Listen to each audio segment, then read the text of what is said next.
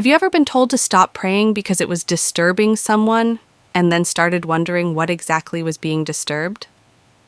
My neighbor said, my night prayers were disturbing her. Maybe my neighbor is a witch. I've always been a prayerful woman. Not perfect, but I believe in talking to God, especially at night, when the world goes quiet and my heart feels open. My small apartment becomes my church, and my voice, no matter how low, feels like a bridge between me and heaven.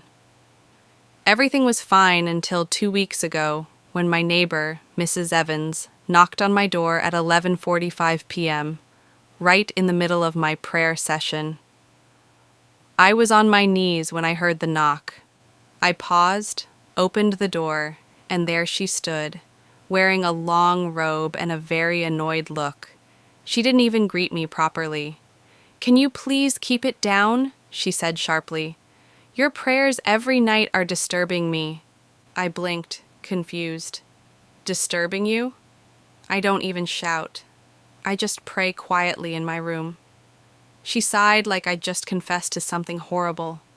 "It's not about the volume," she said. "It's the energy." "I can't sleep whenever you start." I almost laughed, thinking she was joking. "The energy?" "Ma'am, I'm not making noise. I'm just praying." But she wasn't smiling. "Just stop doing it at night. Pray in the morning or something." She turned and walked away before I could even respond. I stood there for a moment, completely stunned. The next night I tried to pray again, but I found myself whispering so softly I could barely hear myself. I kept glancing toward the wall we shared, half expecting another knock. Nothing came, but my spirit felt uneasy.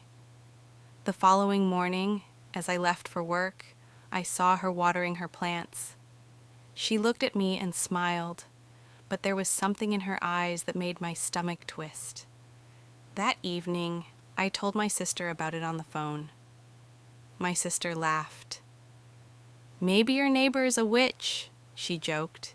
"You know how some people can't stand prayers because it disturbs whatever spirit they carry." I laughed too, but later that night I couldn't stop thinking about it. What kind of person complains about prayer? Noise I could understand. But prayer? Out of curiosity, I decided to test something. I prayed silently one night. No words, just thoughts in my heart. The next morning, she stopped me in the hallway and said, "Thank you for last night." I finally slept. That was when chills ran down my spine. She didn't hear a sound, yet she somehow knew I didn't pray out loud. How could she possibly know that? From that day, I started being more cautious. I didn't stop praying, but I changed the time, sometimes early mornings, sometimes noon. Yet, each time I resumed my midnight prayers, she would appear the next day with some comment. "Your prayer made me restless again," she would say. Or, "I heard your voice echoing in my head." I didn't know whether to feel afraid or amused. I'm not superstitious, but there are some things you can't explain with logic. Last week I finally decided to confront her gently. I said, "Mrs. Evans, I respect you, but my prayers are personal. I can't stop praying because you can't sleep." She looked me dead in the eye and said, "Just remember, some things you invite at night may not only visit you." I froze.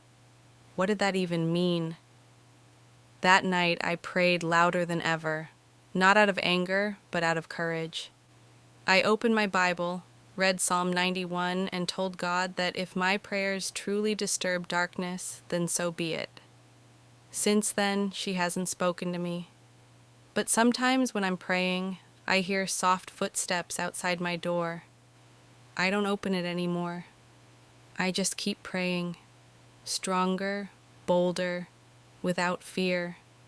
Because if prayer disturbs her, then maybe it's doing exactly what it's supposed to.